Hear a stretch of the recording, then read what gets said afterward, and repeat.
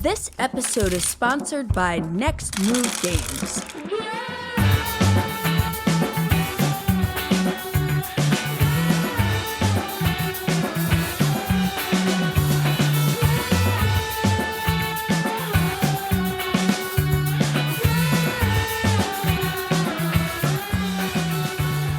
Hello and welcome to episode 63 of the Board Game Geek podcast, where we geek out about board games, the mechanisms behind them, and the people who create them.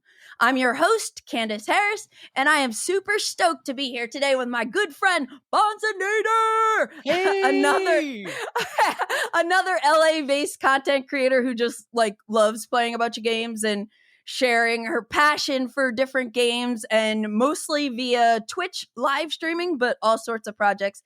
How's it going today, Bonds? Oh, man, it is going well. Thank you so much for having me here today. I've been working on some short form content this morning, and after this, I'll continue working before sunset. And then tonight, I look forward to playing some Manor Lords. I've been loving that video game. Have you heard of that video game? No, I was going to say, as soon as you said something I didn't understand, I was like, this is probably a video game. It is so great. So I live stream it on Twitch in the middle of the week, and I surround those streams with board game streams. But during Manor Lords, people in chat can request to be named after the peasants. And I am a Manor Lord, cool. and they are the peasants in the video game. And it is hilarious. We're having a blast. Yeah, what's the premise of the game besides you and your peasants? So you basically build up your land, and you're trying to take territories of other land. And so you have to train up your peasants to not only, become farmers and constructors and bakers and, how to take care of the animals, but also how to fight. And I have one family who makes shoes, and all they do is make shoes. And then we that's how we earn our money. And it's great. I love it. That sounds cool. What do you play it on? Switch It's on or Steam. PC? It's on Steam. It's multi-platform. You're streaming it. Mm-hmm. Cool. And you're getting ready to go to Dice Tower West. Yeah. So that's part of the projects, like the short form content that I've been doing today. There's a bunch of things that I need to do before next week when I am headed over to Las Vegas for Dice Tower West. And that is one of the cons that I go to, the board game conventions I go to, where I don't work. And that's very rare for me because I work in the board gaming industry. And so for me to go to a con just to play games, I'm very much looking forward to it. I totally hear you. And sadly, I will not be going to Dice Tower West this year. I realized last year, I traveled way too much. I feel like I'm always trying to play catch up with so much.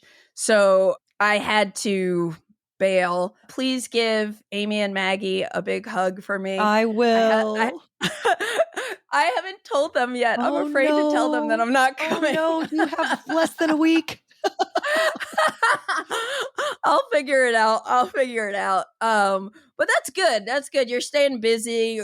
Watch out for the burnout, content creator burnout. It's everything. Sometimes people aren't aware of how long even a short video takes to kind of produce and put together and record and everything. Yes.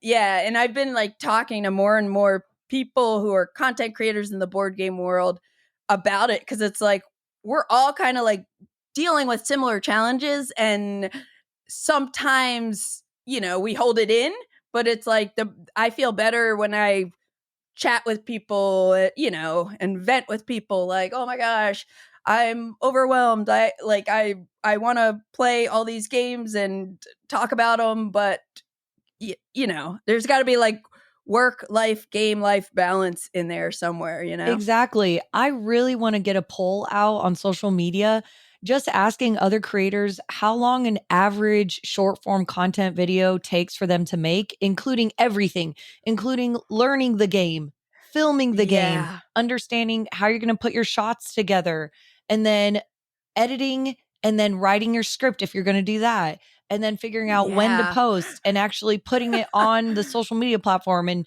adding the correct tags. And if you are getting paid for it, emailing the publisher or the company and then sending Right, the right. invoice, making sure you get paid. How long does it take a person? And I really want to know because it takes me a long time over several days because I split it up. It takes me about 6 to 8 hours for one reel that is less than 60 seconds, 6 to 8 hours. Is that Yeah. normal or am I just super slow? And I don't know. I don't know, but I feel the same way. Like I just started experimenting with YouTube shorts and I'm using a program called CapCut and I'm getting footage on my cell phone and editing on my cell phone, which is probably like I should figure out how to edit on my computer, the shorts because it'll be faster, but to frame my shot, figure out what shots I want, like you said, if I put a bulleted script together or depending on that, like I feel like a 60-second short has been taking me like 4 hours. Yes. Yeah, And so if you get a pre production of a game and you can't figure out, there's no YouTube video teaching you how to play, you're now having to figure out how to play before you make the video just so you can make an accurate video. yeah. Yeah, and that's a challenge, especially if you're doing like Kickstarter preview stuff, because those games and those rule books are not typically Mm-hmm. finished. Mm-hmm. So there are lots of questions. Oh, well, there you have it. This is an inside look at the all the work that goes into making short videos. Well, all content, I would say. Yeah, But it's cool. I love doing it. I love getting it out there. It's just that we need to make sure we take breaks for ourselves exactly. and and get to like chill and relax every once in a while and go to conventions where we could just play games. Speaking of games, today we're going to do basically an extended Fresh Plays episode and just talk about a bunch of different games we've been digging into lately. For me, my birthday was a couple weeks ago and I had to use it as an excuse to get my way with gaming with some people. So, and it also like my birthday always falls around the February Strategicon, which is President's Weekend. And I sold a bunch of games and I bought a bunch of games and I'm excited about all of them. Of course, I've only played a couple of those, but I just want to talk about games. And I know, Bonds, you play a lot of games for content you're working on, and we probably overlap with our tastes, but also we play different stuff. Yeah. Well, first of all, happy belated birthday. I Thank think I you. missed it. So I hope you had a wonderful weekend. Sounds like you made some bank along the way too, which is always great. Yeah, yeah. Yeah, I I've did. been focusing on newer games, not only for work, but because I'm usually not a cult of the new. I don't know if that's a Right, common right. phrase for a lot of people, but basically, like whenever a new game comes out, a lot of gaming groups will just flock to it and they'll just buy it, and someone will buy it, and then they can all play it, and it's a never-ending cycle. I'm Yeah. usually in a I like older board games. I There's a lot of board games I haven't played yet and now they're buried underneath all the new. And Yeah. I want to appreciate them. I love Euro strategic board games. That's my favorite style. And so that's actually a lot of older board games as well. So Yes. I've been trying to keep up with the cult of the new in a way because it's not only for work, but like I want to enjoy the newer games. So today I'm going to include a little bit of both. Nice, nice. I think I am too. But I completely feel you. Like I was just telling someone that I've been dying to get Five Tribes back to the table. Like it's a game that I love. I've held on to since the first year I got into gaming. And I'm like, I want to play this game again. I remember like I played it probably like 5 times when I first learned it. And then I bought all the expansions. And I don't think I've played it since then, but I've kept it around. So I'm definitely feeling you there. And also, I've just like discovered on somebody's like hidden gem video a game called like Hyperborea that's an older bag building game. I think like maybe not the very first bag building game, but a bag building game with like a civilization kind of theme to it. And I was like, this is awesome. So I found a copy. I bought it from someone on the geek market and I haven't gotten it to the table yet because I'm waiting for the right player count. But I also at Strategicon like kind of focused on a lot of older games. Like I would just find a title on that virtual flea market list and be like, oh, I've never heard of this. It has decent ratings. Let me read about it. Watch a video. Oh, okay. I'm gonna get this. So I did pick up quite a few older games, and I'm feeling you there. Like, I want to play more Concordia. I want to play more Castles of Burgundy, and like all those dusty old Euros that are, withstood the test of time. And I totally get you with the cult of the new. I mean, it's kind of a catch-22, right? Like, it's exciting that so many games keep coming out, and it's like it's bringing more people into the hobby, hopefully, but it's overwhelming, and you just can't play everything. And I know people back in the day, like in their early 2000s or whatever, could play almost every Euro game that came out because it'd be like 10 games or something. Exactly. We're in a much different world, but I guess the positive side of that is that we get to, everybody's kind of playing different stuff, so we get to talk about it. Yes. Yes. And one thing that I've realized as well, especially this year, there's two types of games that are coming out in 2025. One of them is, and 2024. One of them is reprints. There's been a lot of reprints. Yes. And then the other thing I've noticed is there's a lot of dual varieties of the game. Yes. Everybody's like, we got the Takedo duel. Everybody's like, how can we repurpose this game? Which I love, because it's like you're kind of keeping the OG game alive. And you and I were just talking about before we recorded 18xx games as an example. Like, when I first got into 18xx, it was really hard to find 18xx games because, like, I think All Aboard Games was just like starting to put them out. And now you have more and more companies that are putting out new versions of 18xx games. But initially it's like, like the scarcity bias with that, and like old games that are out of print. So I would like go out of my way to get something. Like, I remember when I got A Few Acres of Snow, I was like I probably paid a lot of money for it, but I was like, I got this game, and now it's like, oh, there's a re-implementation of this, there's a re-implementation of that, or a reprint of this, which is great. It was just, I'm like, I wish I knew that back when I spent a lot of money on certain things that I thought I had to have. Yep. That's the gamble. The game of gaming. Okay. Anyways, let's talk about some board games.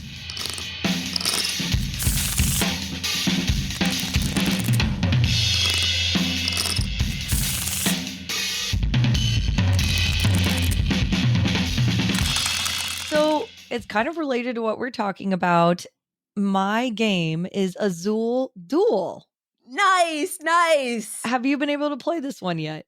I have not. I saw it and I'm like, it looks cool. And I've been I know Eric Martin put a video out on it, and he's a big Azul player, but like, these duel games are usually pretty awesome. Like, I liked Splendor Duel, Seven Wonders Duel, Lord of the Rings. So exactly. How are you finding Azul Duel? So Azul Duel, designed by Michael Kiesling. So this game is different. Every Azul game is different when they bring it to the table. Right.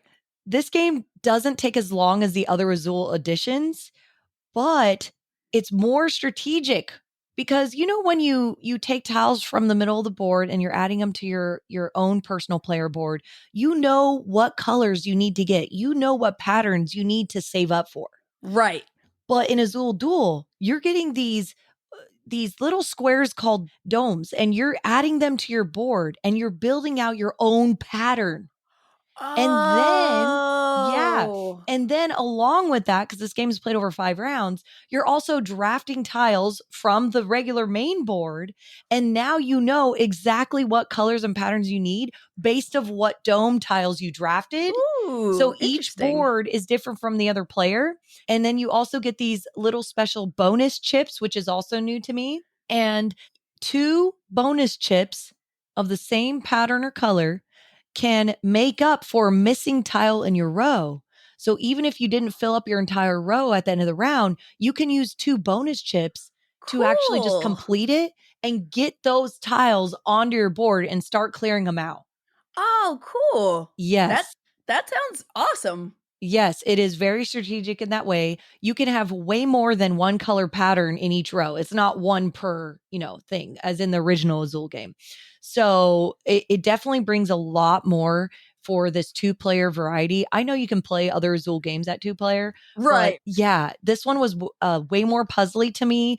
I really enjoyed it, and I've already played it a couple times, just getting it recently. I'm making a video about it. I'm really excited about it. Cool. And I like the sound, Azul Duel. Azul Duel. Yeah, it was kind of hard for me to say. I'm glad that they made Azul Duel Yeah. so that we can say that. Yeah, that's really cool, because I was going to say I haven't played a regular Azul in a while, and I definitely have not played them all, but the first one works fine with 2 players, or the original one works fine with 2 players, just like Splendor works fine with 2 players. But what they do with the dual version of Splendor, like to change it up and make it like a different experience for 2, is really cool. And it sounds like this is like what happened with Azul Duel as well. So I'll have to check it out. Yeah. And one more thing, the illustrator is, and I don't know how to pronounce the first name. I think it's Mava da Silva. So I believe she's the one who also did Harmonies, the art for Harmonies. Oh, So, and you'll notice it, the color palette is very similar. It's very beautiful.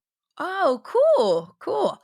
Awesome. Well, that is Azul Duel. The first game I'm going to mention is a bit of a medley, a rapid fire medley here, because I thought it'd be fun to shout out a couple games that people have talked about as guest co-hosts on this podcast and that I've recently gotten to try. So I'm going to start from most recent podcast episode to least recent. And the first one is Whitehall Mystery. This is Jack from the Cardboard Herald was on with me for episode 61. We were talking about hidden movement games. And after we talked, I was like, I need to check out Whitehall Mystery, because I don't think I ever played Letters from Whitechapel. I think I owned it for a little bit and then sold it before I played it. But I scored a copy of this at the flea market at Strategicon for like $8. Nice. And I think we've played it twice now. And the first time I was Jack, and the second time Matt was Jack, and my friend Laurel was over too. It's really tense and like a really clean design. Like I see why people kind of rave about this one a little bit. Okay. No, I've never heard of it. Okay, if you like hidden movement games, I highly recommend checking it out, because it's nice too, because the box isn't that huge. Like I don't know, I can't think of what size, but it's smaller than like the Ticket to Ride size box. And it's just a very clean design that will have you sweating regardless of which side you're on. And I think what people say, like I haven't played Whitehall Mystery with 4, I've played it with 3 and 2, and both player counts were awesome. And I think people say that like this game, every player count is really, really good. But yeah, you're basically one player's running the investigators or multiple players, and you're going around trying to find Jack, who's dropping body parts around the city. Yikes. I just love how being on both sides feels so suspenseful, intense. So that's one, Whitehall Mystery. Then that was episode 61. So now I'm going to talk episode 60 with Dan Thoreau, Space Biff. He mentioned a game called The Road to Canterbury, and I ended up picking it up on his recommendation. I think I've played it like 3 times because it's really snappy, but it's kind of a play on the Canterbury Tales. I don't know if you read that in junior high or whatever. I don't remember. I know I read it, but I know I've read it, but like I didn't remember like exactly what it was all about.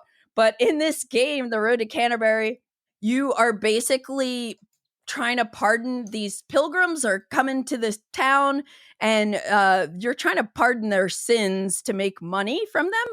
And but you're also playing sin cards on them, and it has this like cool kind of layered area majority scoring. Like there's lots of different things you're thinking about, but it's very light and the theme is pretty funny. And it's really interesting because this one only plays with 2 or 3 players. So I played with both player counts and I like it. Like it's one of those games where I want to see about playing with people who all have played. Like I feel like I'm always playing with someone who's new, and I think it'll get spicier when everybody knows, and you know, then you could really play more competitively. That's Road to Canterbury. Did you look it up? I did, and I think the box is also like, it looks cool. Yeah. I want to play this. Yeah. All right. Well, next time we get together, we'll play it because it definitely, I ended up buying the new, I think, Eagle Griffin version originally, but then I saw that there was an older version and I ended up buying it also just because I like the art on the original one. And I think I might try to do a hybrid of components from both my favorite components. So that one was cool. Now from episode 60 to 47, I was over with Jackie Fox and Amanda Panda and some others playtesting an expansion that's going to be coming at some point for Rock Hard 1977. And that was actually my first time playing Rock Hard 1977. Speaking of lots of new games coming out, like I hadn't gotten around to this one. So I really want to play it. I have not been able to play it yet. Oh, yeah. It was pretty fun. And I had this party animal guitarist that I was, and it has like worker placement in a way similar to viticulture where you place in different seasons and different spots. So like each round there's like a day phase, a night phase, then like after hours. Okay. So you go through all of those for 9 rounds. And hey, I'll just say I was the only one that got to play the big stadium gig. Ooh. So and Jackie or whoever said it was not wrong, where like this is the best paper money you will ever get in a board game, because it feels really like realistic and it looks like cash. So that was cool that I finally got to play Rock Hard. And then going from episode 47 to 24, where I had Monique from Before You Play, Downfall of Pompeii. I've been wanting to play this, speaking of older games, I've been wanting to play this one for a long time, ever since Monique brought it to my attention. And I ended up getting a copy of this from someone at Strategicon. This one was a little pricier, but I was like, I really want it. And you know, I'm going to kick myself if next year there's like a new version of Downfall of Pompeii and I overpaid. But wow, this one is 2004. Yeah, and it's from the designer who made Carcassonne. Oh no, I never heard of this one either. Yeah, so I hadn't heard of it either. Aside from when Monique brought it up on episode 24, and it's kind of funny. The game is played in 2 phases, kind of like For Sale, if you've ever played that. The first phase, you're playing cards, like you have this hand of different numbered cards that represent buildings, and you're putting your little pieces out in different buildings. And there's a cool little relatives rule where, like, if I put a piece in a building and that building already like had, let's say, 2 pieces in it, that means I get to put 2 more pieces out. I made some relatives in different buildings. So you're trying to like take advantage of that when you can to put more people out, because when phase 2 happens, the volcano erupts and then it becomes, we place tiles out. Like these tiles all have like a little icon on them and they have a starting location. And you're at that point, you're trying to get your pieces out. And you have to move them out. And again, like another benefit of being grouped in a building with multiple people is if I'm moving one of my pieces from a building that has 4 pieces, I can move 4 steps. So I'm likely to make it out. But everybody's going to be drawing these tiles, and you have multiple options where where you want to place it. And so there are going to be some people that get tossed into the volcano, but it's go ahead. I think it's hilarious because I'm looking up on BGG right now and the box cover has like people running around with hands on their heads, like scrambling, and there's a volcano erupting in the background, and you know that it's going to be bad. Yes. And then the picture of the board has an actual volcano cup looking thing on the board. Oh yeah, there's a like, I don't know what material it's made out of, but yes, you put this little volcano together, and that's where pieces are dropped, and your victory points in this game are the pieces that you get out before before the game ends. And have you ever heard of a game called Polynesia? I think I have. Okay, well, I'm like now wondering, after playing Downfall of Pompeii, I'm wondering if Per Sylvester was inspired by Downfall of Pompeii, because in that game you also are trying to like help save your meeples from a volcano that's going to erupt. Yeah, I'm looking it up right now. I've definitely seen this cover around, and the board also looks similar, but it's in water versus the city. Right.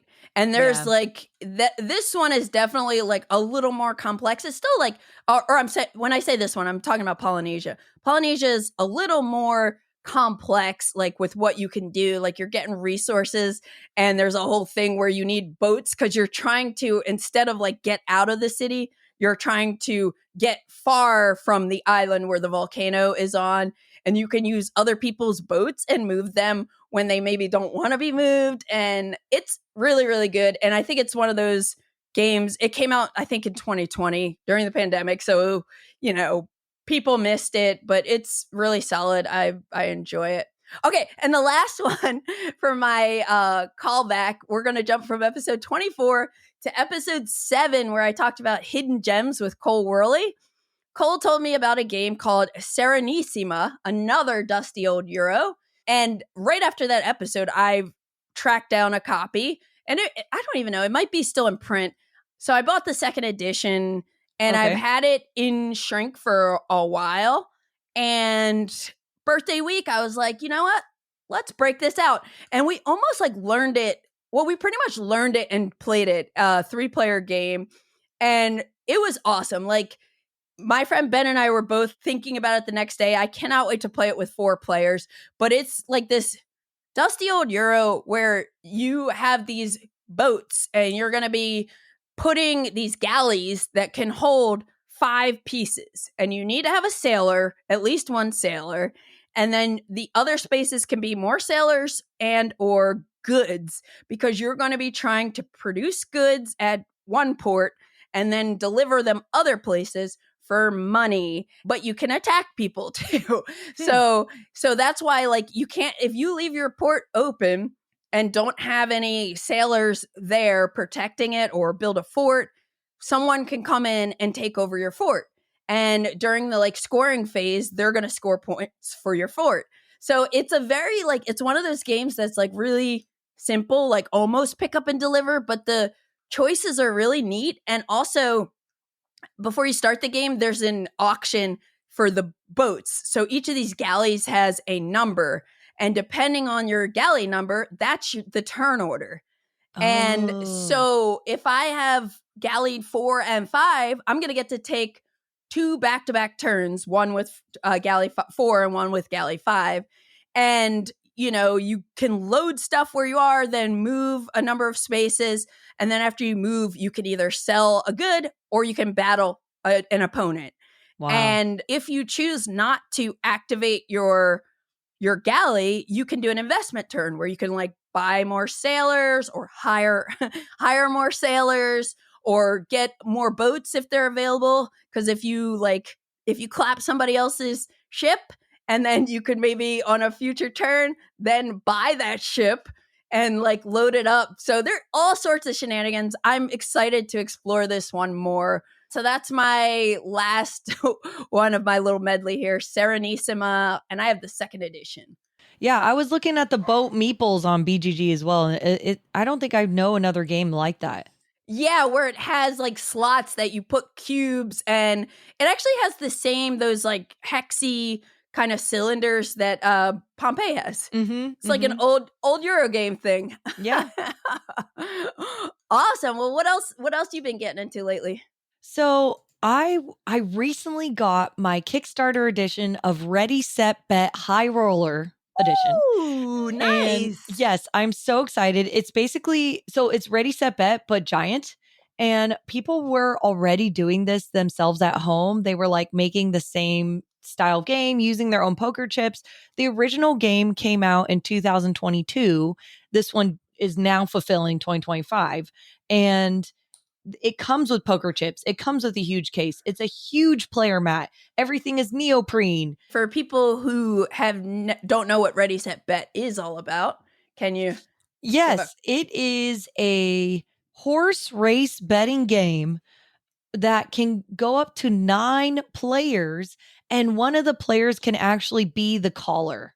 So you're going to be calling which horse is advancing in the race based off of 2 dice that the caller rolls over and over and over again. So the horses range from the numbers 2 to 12. And when you roll a 6, okay, 6 is moving forward once. And then you roll 7, okay, 7 roll forward. And you roll 7 again, no bonus. And you just keep on going. And people are placing their chip tokens, trying to place their bets on which horse is going to win. At the very end, whatever horse wins, you score a multiplier based on what number of poker chip you place down. If the 6 horse won, you place down the 5 and you use your 5 poker chip, that's $25. Yeah. Person with the most money at the end of 4 rounds wins. The great thing is this isn't real gambling, so you can never go under 0. It's super fun. Like I think I remember hearing about the Kickstarter for the new version, but I've played the original game, and I think the very first time I played it was at BGG Con, whatever year it came out. And Grant Lyon, the comedian, he was calling the horses, like the horse numbers. But then there's also like an app where I know some people prefer to play with an app that'll tell you which horses are moving or whatever. Yes, there is an app, and you can even hook it up to a TV, I believe. So there's some visuals to it too, and you can just have the app call the dice, and it's fine. I've played it both ways. I personally like being the caller, and so yeah, that's what we've been doing. Whenever I used and played the original edition, I used my iron clay from Roxley. Those poker chips. Nice. Yeah. Because the original has cardboard, and I just don't want to have cardboard. I want to have the feeling of poker chips if I'm playing this game. You're betting on horses. Mhm. Totally. So I used to have Ready Set Bet, and I totally forgot about it because it is such a great game for higher player counts. But I loaned it to a friend so they could take it to Thanksgiving, and then other friends ended up loving it, and they have a daughter, and they play it just like 3 players. And so I was like, you guys keep it. But yeah, Ready Set Bet is a banger. What else does the new one have? So, and just a note too, this game is by John D. Clare. I'm a fan of John D. Clare games. Yeah. I love Space and everything like that. So this game, so the newer edition comes with casino style dice, a giant mat. It has the neoprene horse race mat as well. Giant horse meeples that are named. So each horse has its own. Yep. And then it comes with a carrying case for it all. Comes with larger cards that are in nice quality. Everything has its own poker chips. And this sounds amazing. Yes. There's all the prop bet cards. Now, whoever wins, there's usually like a cardboard arrow that says, okay, this horse got first place, this horse got second place, because you pay up to third place. Well, in the newer edition, they're larger and they're acrylic.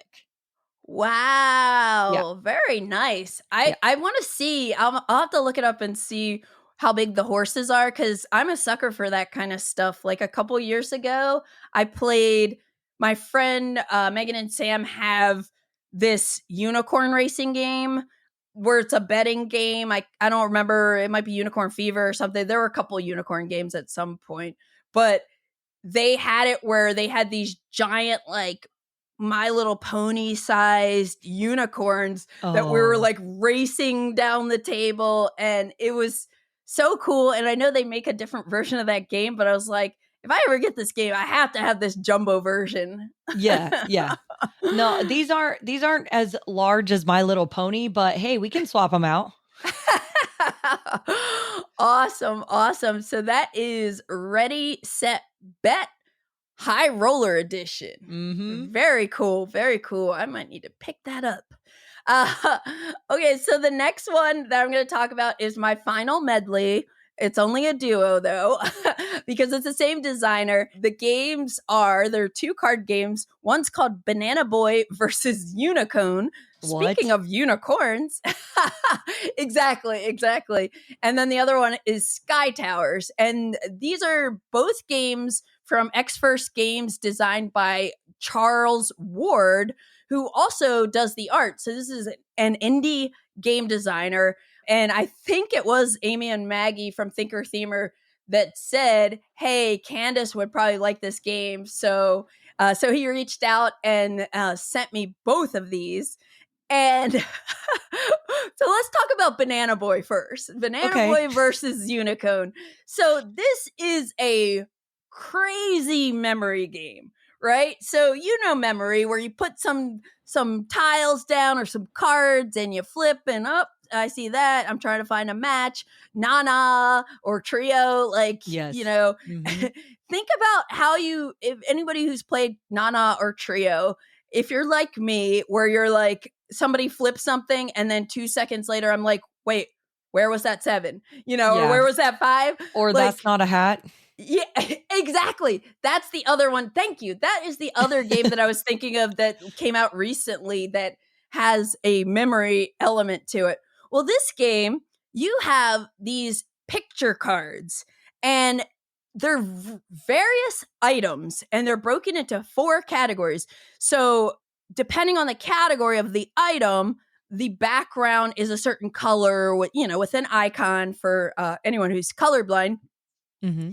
And they're food, vehicles, living, and things. So what you do when you're setting up this game is you just put all the cards out and kind of like almost, they're not piled, but they're just kind of spread out on the table. And you're trying to have the most cards at the end of the game, because cards are your victory points, just the number of cards that you have. Okay. But the way your turn works is you are going to point at 2 cards, put your finger on them, and you're trying to like make a mental note in your head, like, okay, banana and shoelace. Then you have to flip those cards over, and there is something completely different on the other side. Oh no. Yeah. So if when you flip over the other side, if you match the item, because you've been paying attention, if you match the item, you get to keep both of those cards. Okay. If you match, if the card you flipped over, the background matches, meaning that it's the same type of thing, you get to keep one of them. And then you don't flip it back.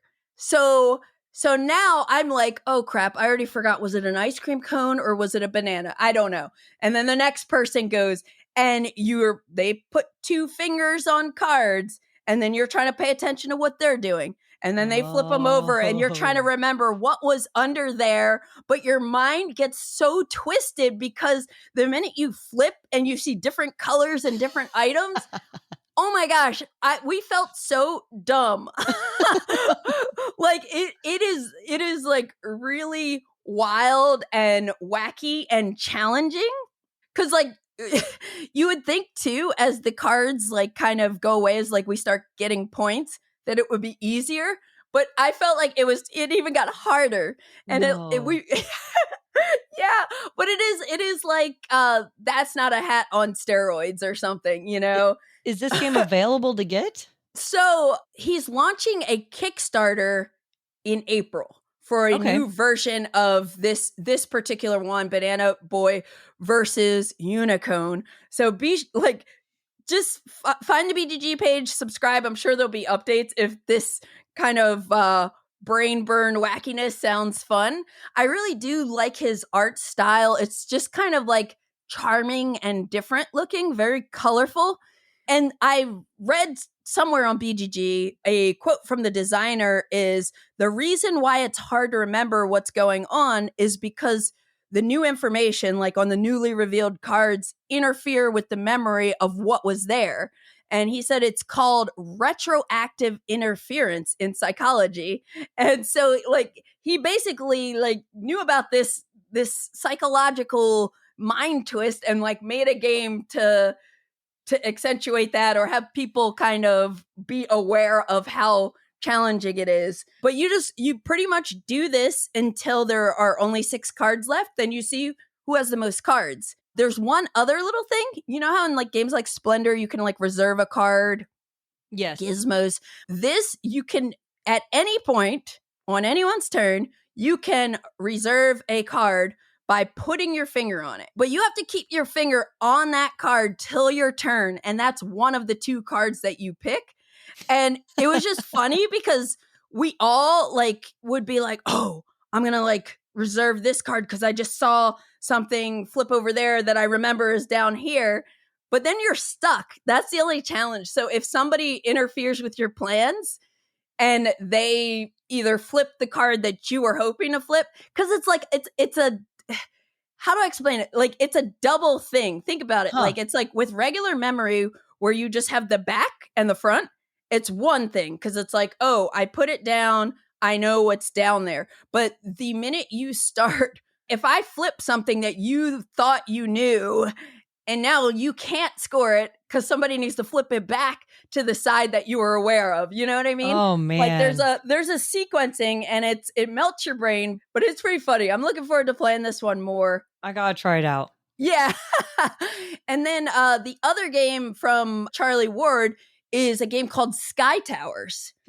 Now, I know, like, I feel like a couple people have told me they've played this one, but this one is cool. You're building, again, it has his art, and you have a deck of cards, and all the cards are numbered 1 to 10, and you're going to be building towers with your cards. And it's kind of like your tower has to equal, the value has to equal 21. But where it gets spicy is that you have all these rules you can throw into the game. Like in our game, we were kind of doing like a beginner version where we didn't have like, I think I had 5 rules out, but one was like a 1 can only be placed on top of a 1. So it's like, you cannot start your tower with a 1 because there aren't enough 1s to get to 21. Oh. And like the 10 has to be a base. So in this game, and like if you put a 3, you get to take a peek at the top card of the deck and either leave it there or put it on the bottom of the deck. And each turn you're getting 2 actions. So you could like build a 3, take a peek, keep that card on top, and then for your second action, draw a card. Oh, I like that. It's like number puzzles. Yes. And then there are goals you're competing for. Like there was one goal to complete 3 towers with a 10 as the base. The first person to do that gets this. But the other little twist is you have to pay attention to your neighbors, because whatever tower, let's say I'm sitting where I am and the player to my right, whatever tower is on their left, like closest to me, whatever number is on the top of their current tower that's there, I cannot play at all. Likewise, my neighbor on the left, whichever tower is their rightmost tower, whatever's cards on the top, I can't play that number. And there was a goal to have your whole tower be 1s, 2s, and 3s. And my friend Laurel was like leaving this 2 here. So I could not play 2s forever. And like I was blocking people because I would like play a 10 so that I could make sure that one of them couldn't play a 10. And yeah. So it's like that adds a whole nother layer to the game. And there are, I think, like a bunch of different rules like this that you can play with and different objectives and everything. That's cool. Yeah, but it was cool. It was cool. And after you get your tower, you take those cards and you just put them in your like score pile. And the way the scoring works in this one is there are kites on cards. The one I think has the most kites, these little yellow kite icons. and some cards like the higher ones, because obviously it's easier to get to 21 faster with high cards, they don't have any kites. So you're trying to like get as many kite points as you can and these secret objectives. So this is 2 card games, fun, charming art, Banana Boy versus Uni-Cone and Sky Towers. All right. Wow. That's my last medley. Everything else is just going to be a single game. Well, those are great. I can't wait to try them out. And the boxes looked really small and able to like just take them with you. So that's small card boxes. Correct. Mm-hmm. So a game I'll be talking about next is also going to be launching out on Kickstarter. This one is coming out on March 11, and it is called Holiday Hills by Chris Couch Games. And have you heard of this game? No, but I loved all of that. Like when you said Holiday Hills, I was like, oh, that sounds cozy. And then the company is called Chris Couch Games. Yep, okay. Yep. So get this. This Kickstarter is launching in March, and it's a Christmas game, which is a little odd, like it's not the Christmas season. But according to Chris Couch Games, the game is about 90% done, and they hope to deliver by Christmas of this year. Nice. Yes. So they'll be launching on March 11. I was able to get a review copy to just check it out and make a little video about it. And basically, so this is without the expansion because they are going to be having a Kickstarter expansion called Santa versus Krampus.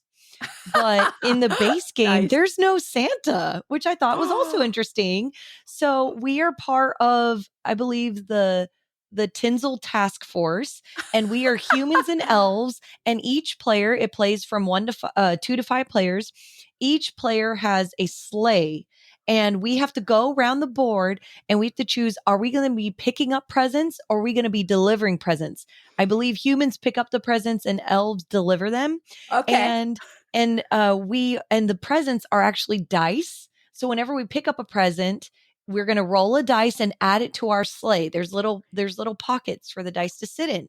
And when we deliver the presents, the elves are going to deliver it to the town square in the middle. Okay. Each player has their own 3D wooden Christmas tree with their own colors of star on top. And so that is your Christmas tree. And so you're trying to deliver presents to your own colored trees. However, you can claim other people's trees by having a majority of your type of ornaments on it. So there's candy canes, there's ornaments, and there's even string lights, and everything's wooden. And the string lights attach from an orthogonally adjacent tree, and it could be anyone's colored tree. So, but they're your string lights. So if you have a majority of components there, you're going to get the highest value dice present underneath the tree when it comes to scoring time. Cool. And then the last thing there's different cards that have objective goals for you, saying you need to have a string light in your color in this pattern on the square. You need to have 2 candy canes connected to 2 ornaments in the shape of an L. And so you can score points based off that as well. It's a great game coming out and beautiful color palette. The illustrating company is also, I checked out their Instagram. They look really cool. So I'm excited for people to get this game. And I actually had to pass along my review copy. So I don't have the copy. So I'm going to be a backer for sure. Oh, that sounds really, really fantastic. I'm looking it up now. And even if this game was like out now and it's not Christmas, I would still play it at any time. Let's see.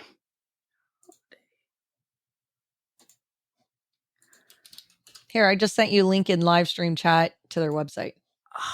Oh my gosh. The tree's like, wow. Wow, this looks so cool. Like the trees remind me of like photosynthesis a little bit. Yeah. Oh, that's neat. And the dice in this sleighs. Oh my gosh. Okay, that's cool. I want to try it. And I like that you're competing to put the presents under your tree. Very cool. Holiday Hills. Okay. I'm trying not to back as much stuff, but yeah, I might need to because that looks Yeah, it looks cool. Very unique table presence. Exactly. I don't know many Christmas board games out there. Like I know of a few, but this is Yeah. definitely something that needs to happen. Yeah. Did you ever play the gingerbread one? Which I guess isn't completely Christmas. No, It's I've played a card game by the 25th Christmas Century. tree. Holly Jolly. Oh, Holly Jolly. Okay, because there's a card game called Christmas Tree that I bought from it's an Asian publisher that made the veggie stock game, Okay. I want Mhm. to say. But this game is called Christmas Tree. I played a demo game and I bought it and I haven't played it since. But there was also a gingerbread game by the designer who made Gizmos and a bunch of. Did he make Barron Park? Australian guy. Why can't I think of his name? Phil Walker Harding. Oh, Gingerbread. you just forgot Phil Walker Harding's name. Oops, shame on me. But I'm pretty sure it was a Phil Walker Harding game called like Gingerbread Man or Gingerbread House or Okay. something that was very cute. And you're kind of putting these chunky pieces, making patterns on your own board. I don't remember anything else about it, but I liked it. Okay. All right. Well, that's Holiday Hills, an upcoming Kickstarter for hopefully release before Christmas. Sweet. Mm-hmm. All right. The next game on my list is a game that I picked up at the Strategicon virtual flea market because I was able to get it for $5.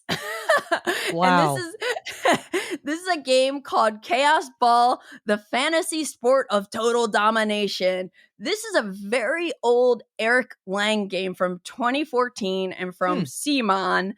And I actually, when I was in Thailand a couple years ago and I was at a game store in Bangkok, they had this game and I was like, what? I've never seen this before because it's like older, and I hadn't seen it. I was kind of intrigued, but I was like, no, this is too big of a box to like take home from Thailand. But I kind of was curious about it. And I also played one of the other games, like one of these other like kind of sports silly games that is popular. I played like a 2-player version with a friend like a couple months ago. So anyway, I was like, this is worth trying for $5. And Yeah. I got a chance to play it once with Matt, and it's really silly. It's really, really silly, but it's cool because it's like kind of this rugby style game, and each player has their own team, and each team is asymmetric.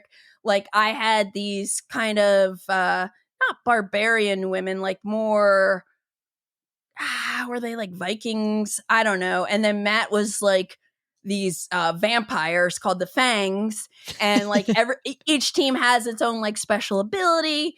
And you can play this with 2 to 4 players. I think a lot of people think it's best at 2. I'm actually kind of curious to try it as a 2v2 game, like a team game. Uh-huh. With the expectation that it's going to be wacky and wild. Yeah. But it's cool because you have these different types of people on your team. Like you have a runner and then you have a bruiser, I think it was called. And like the runner is the only one that can like kind of score. If you're able to get the ball on one of these scoring spots, you get some points.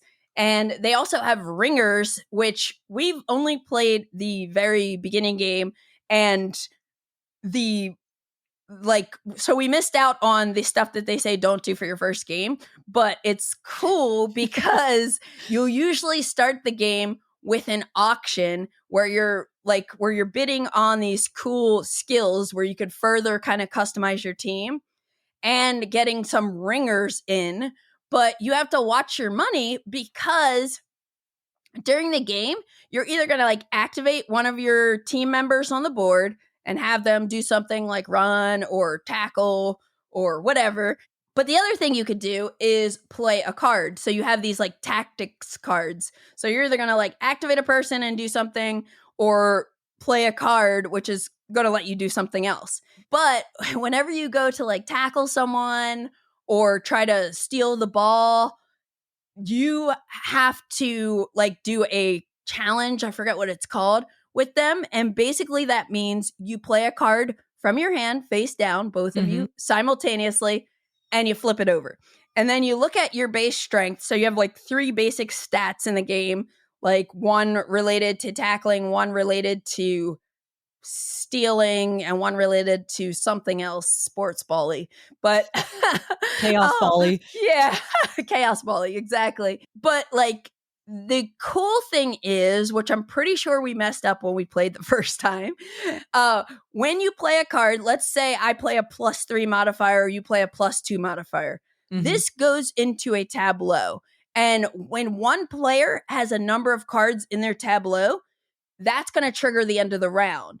But the other thing is, if I play a 3 for this little, we'll call it combat, then I can't play a 3 ever again this round. Like that's a dead card. But I can bluff. I can bluff and make it seem like I'm going to like play something crazy. And just like some of the card play is really, really fun. And yes, classic Candace fashion. I paid $5 for this game at the con, and then I looked into it after we had a blast playing it, and I ended up buying like 7 more expansion teams for it. So anyway, that's again like I like finding these like old games, and this one is silly and fun, and it's Kaosball. Okay, well, next time I'm around you, we have to play this one. Yes, We need to play. We need to have a YouTube video next of us playing all the games from the podcast. Yeah, yeah. I thought you were actually going to say like a silly game day, like where we play just like the Banana Boy, of Kaosball, all of the above. Let's do it all. And now a word from our sponsor. Azul Duel, the game where you and your opponent become Portugal's fiercest tile-laying rivals. You're a master artisan, hand-picked by the king himself to decorate his grand palace, the ceiling no less. But so is your opponent, and only one of you will prove worthy. Your mission? Lay tiles, craft dazzling patterns, and let's be real, outshine your rival with pure artistic brilliance. Each turn, you'll draft tiles, stack them with care, and try not to end up with a pile of broken ones. Because, let's face it, breaking tiles in the royal palace? Not a good look. Strategy is everything. Will you create a perfect pattern or cleverly disrupt your opponent's masterpiece? Decisions. Azul Duel keeps the charm of the original with fresh twists, a new stacking mechanic, personalized boards, bonus tiles, and even more strategic depth. So grab a friend, brace yourself for battle, and remember, only one of you will dazzle the king. The other, well, they might just end up sweeping the scraps. Let the duel begin. So my next game is Tea Garden by Thomas Holek. I hope I'm pronouncing his name correctly. And this is the designer that also created SETI and Galileo Galilei. Yeah. I am very amazed by this designer. He worked for many years on these games, but they all ended up coming out the same calendar year, which is just wild to me. Wild, like mind blown. Yes. And they were also published by 3 different companies. So it's not like it was a series put out by one company. Yeah, like how does that happen? How does that like all align? It's magical. I don't know. Maybe because the stars aligned in Galileo Galilei and he just did it. And so I actually got to play SETI at Dice Tower Cruise in January, and I ended up really loving it, but I don't own it. What I did get from Spiel in 2024 is I got Tea Garden and Galileo Galilei, 2 different companies again. So I'll be talking about Tea Garden just a little bit. This is from Albi, but Capstone Games is going to be the distributor for the US. And I think it's going to be available out in March, and it's on pre-order right now if someone wants to check it out. Cool. So this is a 2 to 4 player game, and you are expanding the empire by establishing new tea gardens. And this combines deck building and hand management. Nice. And you also like there's the board with the tea garden. So there's a little bit of territory, but it's not super competitive in that manner. This is a easy to medium light game to me. Cool. The SETI is definitely a heavier game. Galileo Galilei has a more serious tone to it. Tea Garden's color palette is pink and I love it with a beautiful green, and you're learning how tea leaves work, and you're wanting to age your tea leaves and so that they become better and just bring out more flavor, and you have different cards that you're building up and different tracks Love you're it. going up. Yes, it's so beautiful.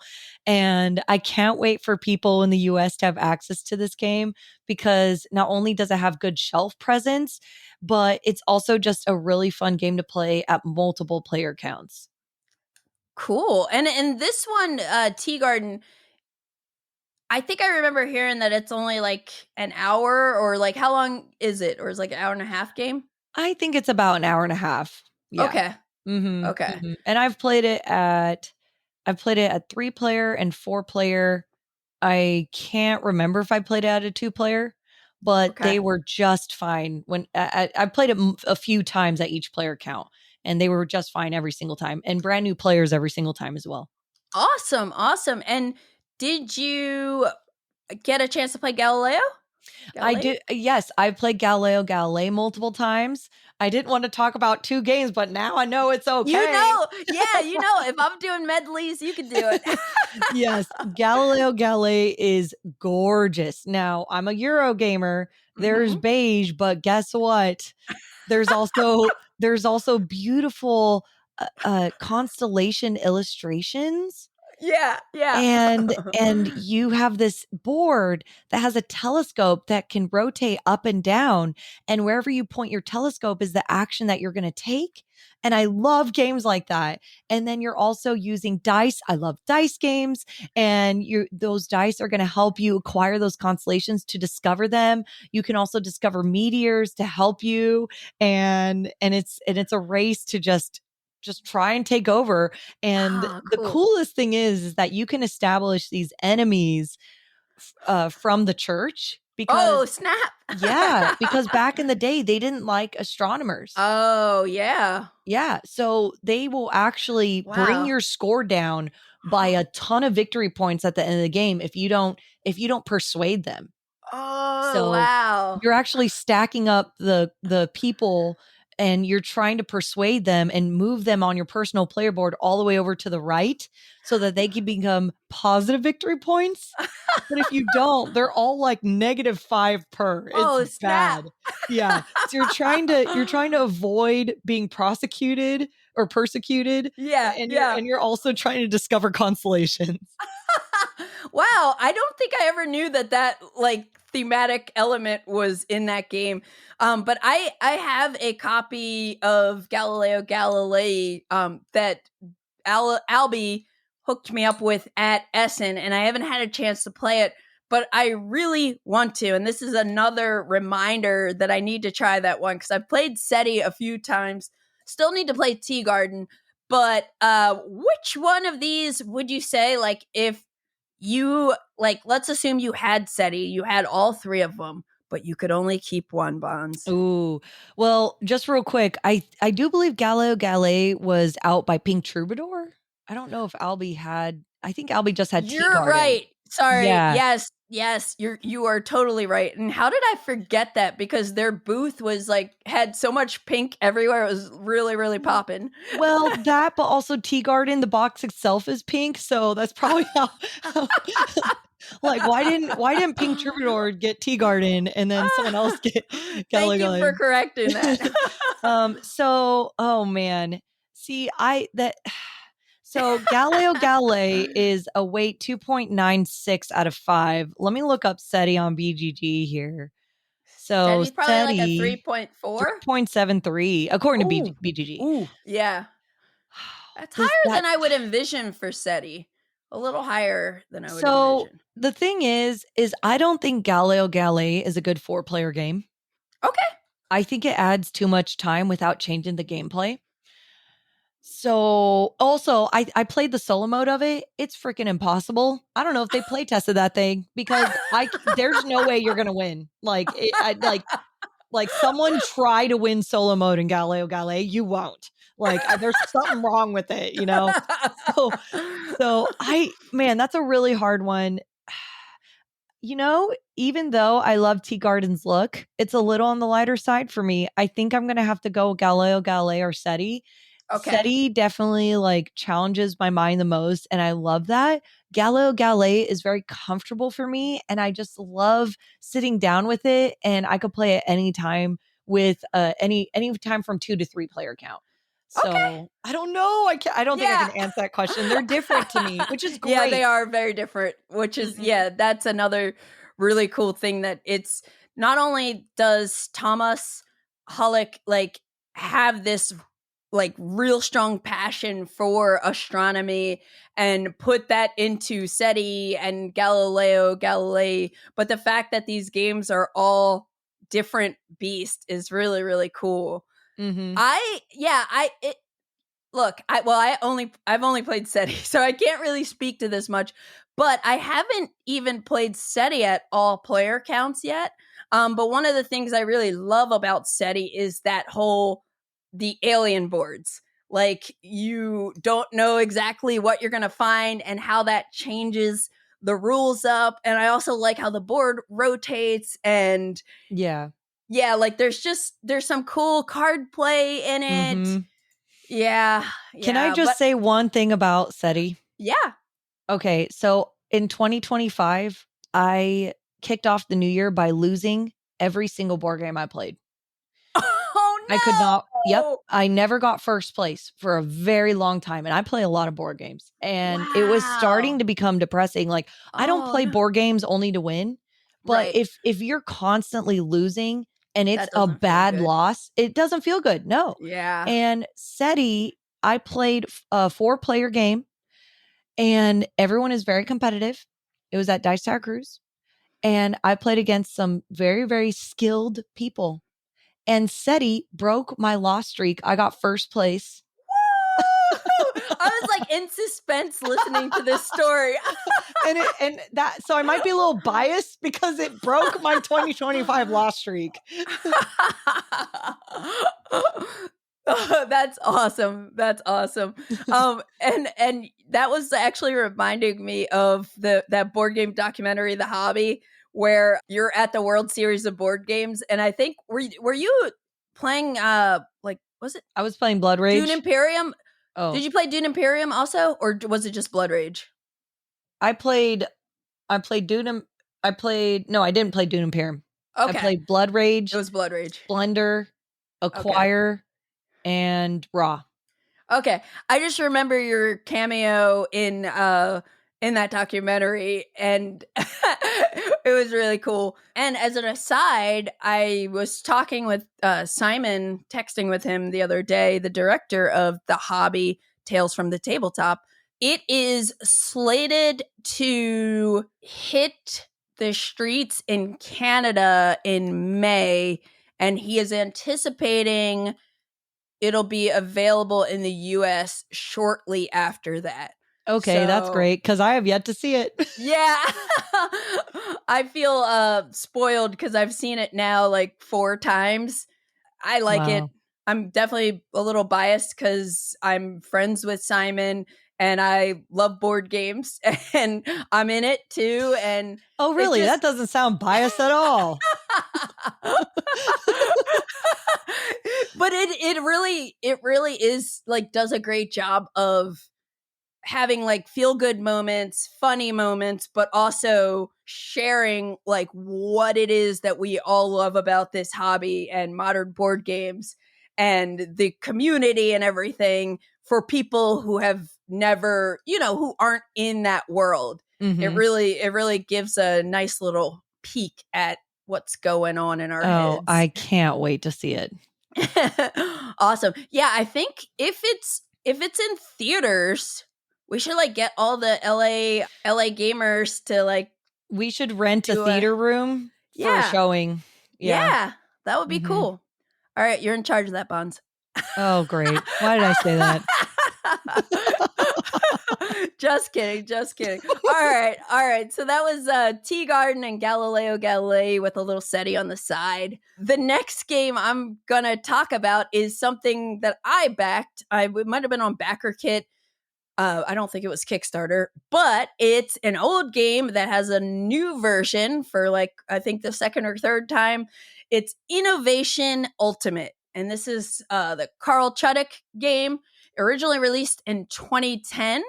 Asmati Games has this new Innovation Ultimate Edition where it has some rules tweaks, has all of the expansions and some other changes, like they rephrased verbiage in the games to make it like a little easier for people to get into. So first, Bonds, have you ever played Innovation?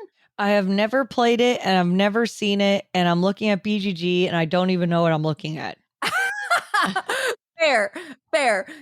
This game is a card game where you are going to be building up your civilization.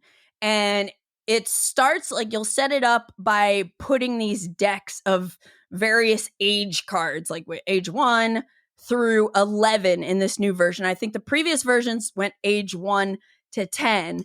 And each player starts with 2 cards, one they're going to keep in their hand and one that will kind of start their tableau. And you really are just like kind of tableau building with these different cards. But where it gets spicy is the fact that all of the cards all the cards are unique and they each have different effects. So this is one of those games where I'll tell you the rules. You, on your turn, you can draw a card. You can meld by putting a card on top of a stack you already have. You can do a dogma action, which is triggering the card effect on one of your cards in your tableau. Okay. Or you can claim an achievement if you have enough points and the proper cards in your tableau. In this game, you have 5 different colors. And whenever let's say I play a purple card out, if I play another purple card by taking the meld action, I put it on top of it. And so you always put the same color on top. But there are card effects that are going to let you splay your cards, which is like spread them so they're slightly overlapping.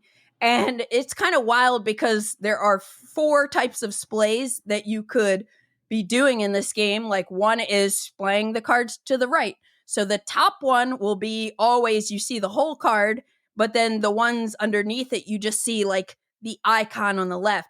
And I should say the cards all have, besides like a name, like, oh, I started chemistry, my civilization, it's all sorts of like civvy things. And you kind of like work through the ages and get more modern stuff and cooler cards. But the cards have icons on the bottom. It'll be a number, either 3 or 4 icons. And these icons are very important because some of the effects in the game can only be triggered if you have more of a certain type of icon than anybody else. Oh. Yeah, it's what they call I demand. And so this is a heavy player interaction game. I don't want to say it's take that, but it is kind of take that, but in a way where you have to strategize to not let that happen. Like if I see, Bonds, you have so many crowns and you just did an I demand thing to me, I'm going to be like, okay, well, I'm going to get crowns so you can't do that to me. But then there are also like majority of the card effects. If I trigger a card effect and you have the same amount of icons or more than me, you get to do the action too. Oh. And you must do the action. So it's like, it's one of those things where you're trying to not benefit your opponents, but sometimes they will have the opportunity to follow. Other times you're going to demand stuff of them if they are at a disadvantage for a certain icon. All the while you're trying to build up your tableau by like splaying cards to show more and more icons. And some of the card effects are going to let you score a card. So Carl Chuddick is famous for these games with multi-use cards. And so if you get to score a card, like I had a card that maybe was like, okay, meld a card on a color you don't have or something, and then draw a card from the next age and then score it. So typically, when you draw a card, you're going to look at your tableau and all the top cards, which is at most 5. And whatever the highest age is of those cards, that's the deck you draw from. If that deck is empty, you go the next one higher. So you're also trying to, again, get these higher age cards in your tableau, because to score these like achievements or like public objectives, you need to keep advancing your civilization.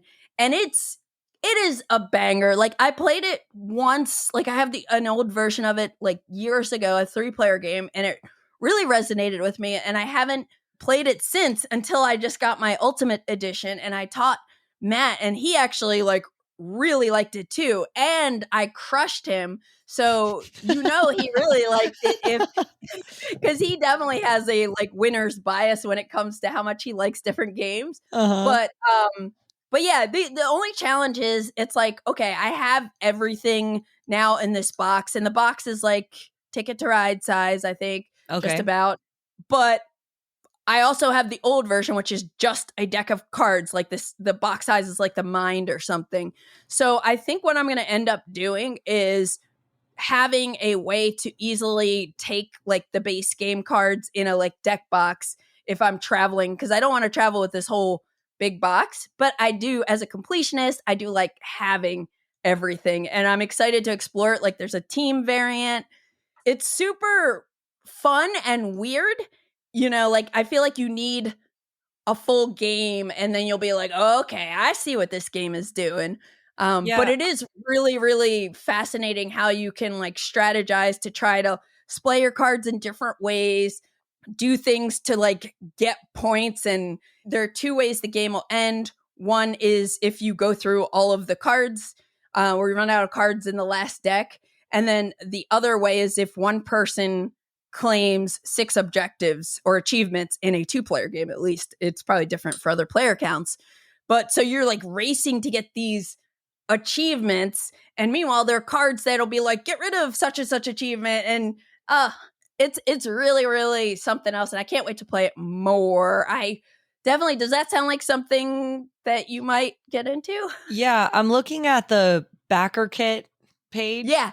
And it's I mean, you were doing an amazing job just explaining that from your memory, because I'm scrolling through, I'm like, well, yep, you just said that, and this is what it says right here. Thanks. It looks really cool. I like the iconography as well. Like, just, from someone who hasn't played it before, I look at the card, I'm like, oh, okay, that makes sense. So I would totally play this game. Okay.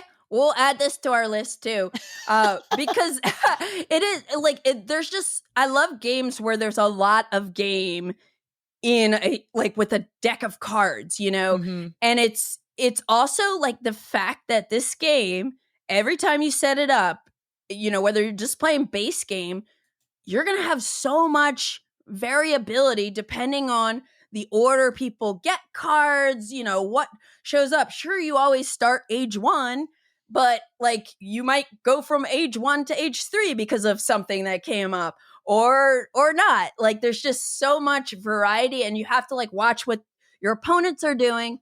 And it's definitely not a game you could be like, I'm going to go in and just do this one strategy every time, Mm-hmm, mm-hmm. No, that's I like it a lot. So that's Innovation Ultimate. All right. So the one that I'm following with is a lot different, but kind of similar to some as we said during this podcast. It is Village, but the big box edition.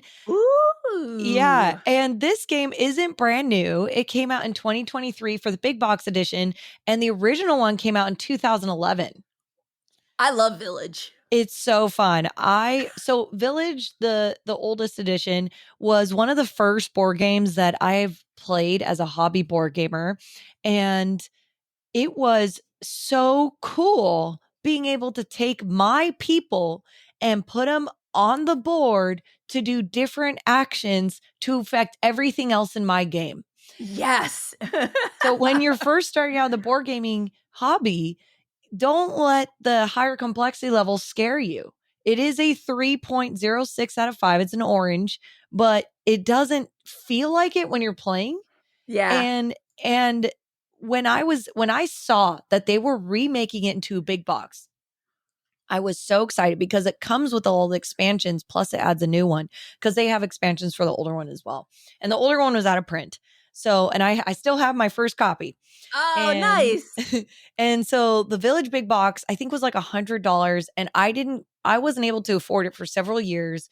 And I can't remember what happened, but I think it was like someone gave me birthday money specifically for that game. Yeah. And then my FLGS was also doing a sale, and I was Yeah. able to use the birthday money to be able to get it. And then Yes. I didn't play it till this year. I think I got it like, Classic. yeah, I think I got it like a year or 2 years ago. I don't remember, for my birthday. Uh-huh. That's So, awesome, though, that you yeah, finally got it. exactly. And so this big box edition has gorgeous art. I love the style. And it has all the expansions in it that all match and all come in its own thing. I tossed that insert. That insert is ridiculous. And I reorganized it my own way, and it's way Nice. better. You don't even need it in a big box, by the way. You could fit it in a smaller box just fine. Nice, Yeah. but the Yeah. art and stuff, I Yeah. guess. If I could get the same exact box and just chop off a few inches, I would do it and just save room. But but the catch with Village, if no one has ever played it before, it is where your own people die. There's nothing stopping Yeah. them because time kills all. And so each Yes. time you do a certain action, some of the actions will require you to move your sand timer around a cloud looking thing on your personal player board. And when it passes over, Death track. someone dies. Yeah. So you're constantly having to figure out, how do I bring out my next generation? And this is a Euro strategic game. So you have meeples, Yeah. nothing Yeah. too complex. One thing I like about the big box edition is that it has a marriage expansion. And I think the OG might yeah. have it too. I can't remember. I But knew it had the beer expansion or like the Mhm. tavern, and then there was Yep. like a port or something. Yep, it has the But port, I the don't know sea about the village. marriage one. The marriage one is so funny. So there is a pink meeple who isn't owned by anyone, and she wants to be wed to one of your people, and Oh so my you're gosh. all trying to marry her. And it's just a pink meeple. Yeah. But sometimes she doesn't roll the correct dice, and you end up marrying each other. Oh. And so you can actually gain different things based off of this new marriage agreement. And then you can all live in like a retirement center, but sometimes one of you might die. Anyway. Wow. And yeah, like Village is like very unique in that mechanism that your people age, and then you have to, and you're trying to like bury them in a good like spot, yeah. right? Like there's a cemetery. Yeah, you do not forget about their death. Depending on where they die, they get placed in a book of significance of time. And Oh, so yes. the end game is actually triggers when the book of time is filled up with all the deceased. But if they die unmentioned or without any name, they get buried behind the church. Oh, yes. Oh, my gosh. I could not believe this theme when I first played this game, but I love Village. And I remember when this new big box was coming out. Now you're like making me want to get it again, because I did at some point sell my copy. Like I had both expansions, and it's For the original? It's like different. Yeah, for the original. It's such a different kind of feeling game. I mean, we're giggling at the fact that these meeples are dying, but it's like just a wild concept for a Euro game that like looks like what it is, and it's like you're placing these workers and you're strategically trying to kill them off, like based on like where they are, so that you could get a good spot in the book of death or whatever. Yeah. And like your goal isn't to kill them, just to make that clear, but it's just the natural way of life. And Right. so, yeah, I would say it doesn't have like a dark feeling to it. Right. So, yeah. Right. But and then also another thing is it's very easy to not play with the expansions if you just want to play the base game. That's cool. That's cool. Awesome. I'm glad you finally got to play it. Like that is a win in itself. If you've like got a game you're excited about and just it's been sitting in shrink somewhere. Yeah. And then you finally get to play it. On New Year's Eve into 2025. Nice. As we tick up our year and like our track. Our don't life say that. Too soon. Okay. That was Village Big Box.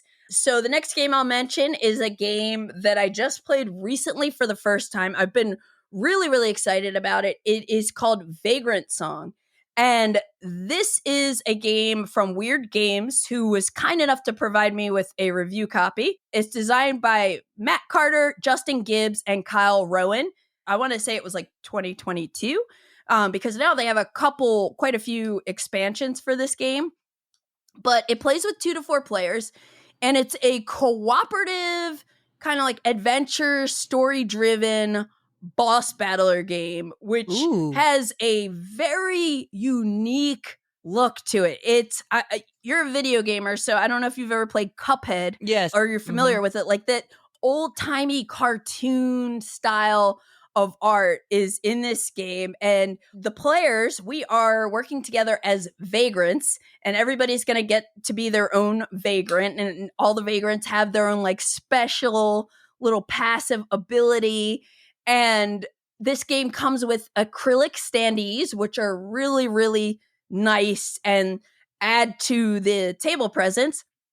But we're vagrants and we're trapped on a haunted train. And we are trying to, once we realize it's haunted, we're trying to basically save humanity. Because on this train, I should mention also, this is a campaign game. So you play through scenarios, but according to the rules, like you don't need to play with the same people every time, or the same player count, but you do progress through a story. But the other cool thing that I'm already fascinated by is the fact that the game board is representing the train, like 3 cars of this train. And the art is just so, I don't know how they got the art to give it such a like vintage old-timey feel, but the game board is really cool. And one of the highlights of this game is the fact that, you know, if you think about boss battlers, like I haven't played that many or anything, like Kingdom Death Monsters on my list, Oathborn is on my list, but these are like, those are big games. Like this game, now that I've played the first scenario, I could break this out and have it set up ready to roll in like 6 minutes. Like, that's great. Yes. Yeah. It's a really like cool cooperative experience. So in the base game, you have 20 or so scenarios. And when you play a scenario, each scenario as like an individual game has a scenario phase followed by a camp phase. And the scenario phase is like the main, you know, meat and potatoes. But then when you get to the camp phase, you'll be able to upgrade your character, like get some new skills, get some junk, all sorts of different things you'll be able to like spend money as a crew on to kind of update your people. And I think you can even like switch people, like if you want to, and carry over some of their skills. Like there's some skills that are specific or exclusive to a certain vagrant, but then there are also common skills. What your goal is, at least I think most of the time, is going to be to save this ghost or this like this haint, they call them. I don't think I'd ever heard this word haint before, but in this game, the quote unquote bad guys are haints. Okay. And they're like, think of them as these like people stuck on this train that are somewhere between living and dead. And like, so they're just kind of like stuck. They're like spirits, and they're going to be trying to reduce your humanity, the vagrants. So you kind of like join them. But meanwhile, we're trying to damage them. And I'll put air quotes up when I say damage, because to damage these haints, you are targeting them to give them humanity. So yeah, so it's really wild, because like usually in games like this, it's like, oh, I want to kill this boss, but we're actually trying to save this whatever haint is in the scenario. I don't know if later down the line there might be multiple haints, but the turn structure of this game is really, really straightforward. A round would be like, you take a turn, Bonds, then the haint takes a turn, I take a turn, then the haint takes a turn. And on your turn, you have 3 coins that are, you can almost think of them like workers. And you have some common actions on your player board, like moving. You can rummage and dig out some tokens from this bag and keep, one of them. You can investigate. So there are going to be some numbers scattered on the board, depending on the scenario, that will trigger events. So you investigate, and there's something else you could do, maybe like a healing. Yeah, I think it's like a healing action patch or something like that. But then you each start with skills, and you'll be able to get more skills as you play. And skills are like other actions you can do. And the way it works is like, if my movement, like let's say I have 3 move points, I could put 1 coin on there. And in this game, you plan out, like you place all your coins. Okay. And then you take your actions in any order you want. But you kind of like, you commit to what you're going to do, but you can do it. And like, if I put 2 coins on my movement, which is usually 3, that means I'm going to have a total of 6 movement this turn. And you can interrupt that movement and do like a different action too. So it's kind of like fluid like that. But there are some skills, and I definitely need to mention, there's dice rolling in this game. So like you're doing a lot of like skills testing, but the tokens that these coins, these workers, if you want to think of it like that, can sometimes strengthen your skill or reduce the value you need to hit. So you have to kind of decide, do I want to use 1 coin on, 3 different actions? Or do I want to like do something really strong on my turn? Wow. And once you kind of get that rhythm, it's pretty fast. And then the other thing is, when the haint takes its turn, you see what they're going to do in the scenario book. It's a nice wire-bound book. And the haint will have a mood. So there's a mood token, and it starts happy, I guess, if you want to call it that. This is too real. And so on the haint turn, all you do is you draw a token from this bag. And this is the same bag that the players, the vagrants, rummage through to get these tokens that do cool stuff. So they use, design-wise, they use the same tokens to limit the amount of components to drive what the haint does. And you just look on the board and you're like, okay, I pulled the, wow, I can't think of any of these icons. Maybe there's a rabbit's foot. Yeah, I pulled the rabbit's foot token. So the haint's in a good mood. So it means they're going to do this. They're going to move towards this and target somebody to lose humanity or whatever. But it's really, really clever that you're using the same bag. And the bag is so cute. It's like red and white checkered, like a picnic table or something. Aww. Yeah, but you're using this bag as like on your turn to get cool stuff with the rummage action, or on the haint turn to see what they do. And once you after you play a couple turns, like it's pretty fast. It's like, oh, I went, oh, haint goes next, And in between rounds, you can switch the player turn order too. You can pick whatever order you want for activating, but everybody has to take a turn in a round. So I noticed that the BGG complexity rating is a 3.2 out of 5. And there's a ton of ratings, so I kind of feel like that's accurate. What do you feel about that? For a campaign game, I feel like that's pretty high. I think that is probably accurate. I think so I did have some challenges with some of the rules. Like the rule book is very thorough and colorful, and part of it is on me, user error, because I definitely did a fast read through, and there's an example play in the back that I did not even check. And then so every time I would need to reference something, it would kind of be hard to find, even just setting up your vagrant. And I was like, I know I read that you start with skills, but I have no idea which skills to start with. And I had to look, and it was kind of in a weird place, but it's where they talk about skills and they introduce you to skills. But I would expect it to be in the setup, like. Oh, yeah.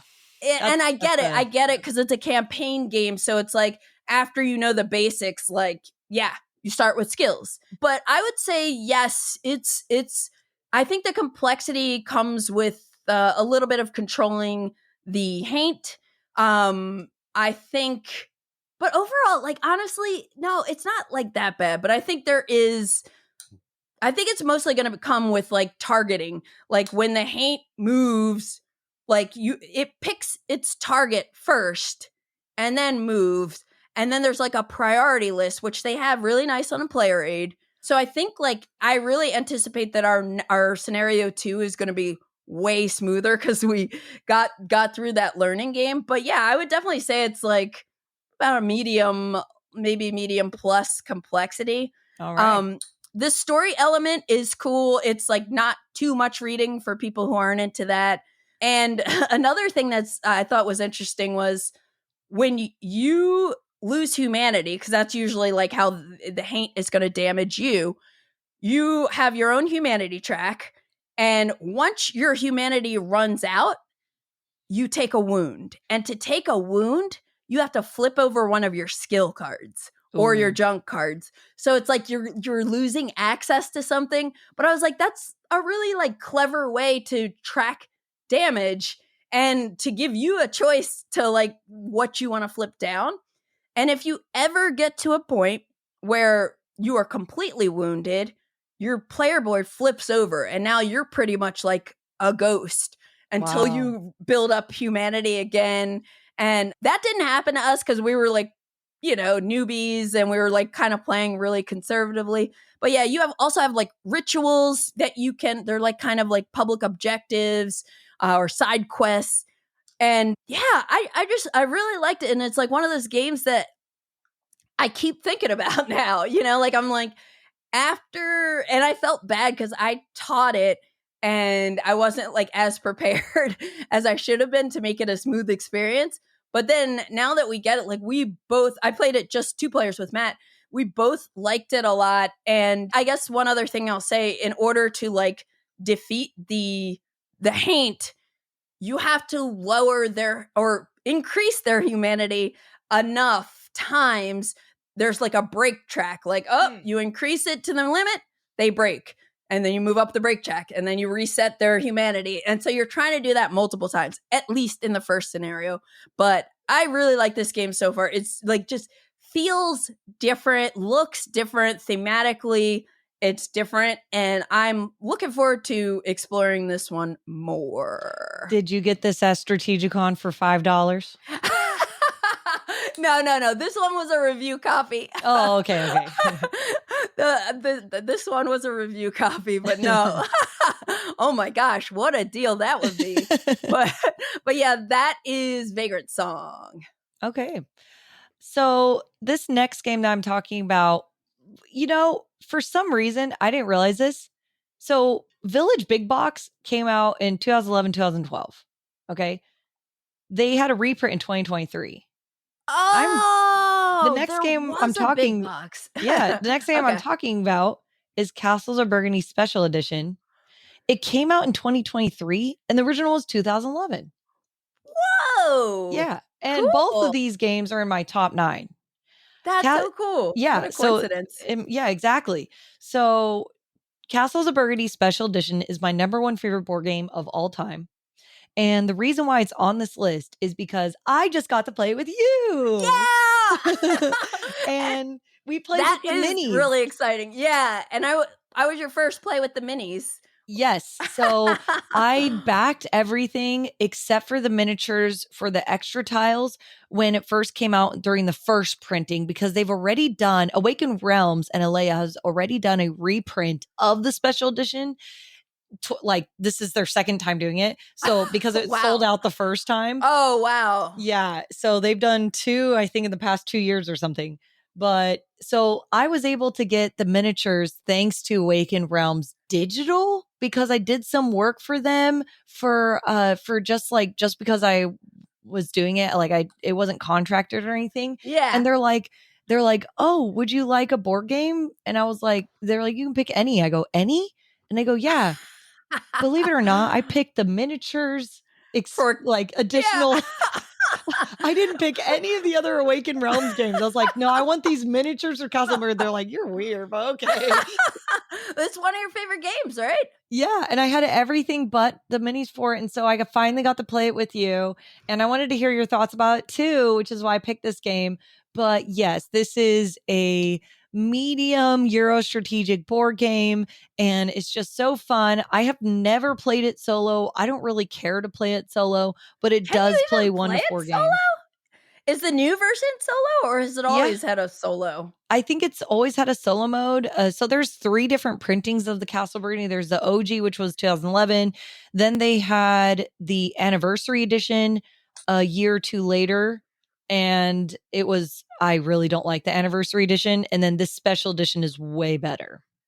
I thought it was like beautiful, and I was so excited that you brought it over because I have not played I had not played Castles of Burgundy in a long time, like my Five Tribes days.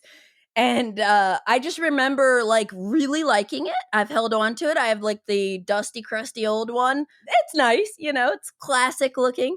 But I haven't played it in so long. And I'm like, I know so many people who Castles of Burgundy is their favorite game.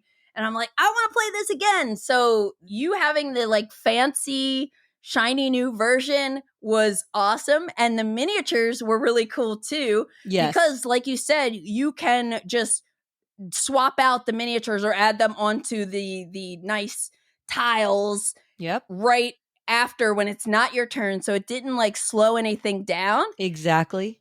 I had a great time playing this one, and I ended up buying some upgrades for my copy, my classic copy, but of course I haven't played it since then. But I do have now some like real legit silverlings. Oh, good. Yeah, I think that adds so much to the game. And there are some expansions we didn't play with, but it's fine. Like this is again kind of like Village. You don't need to play with all the expansions to enjoy the game.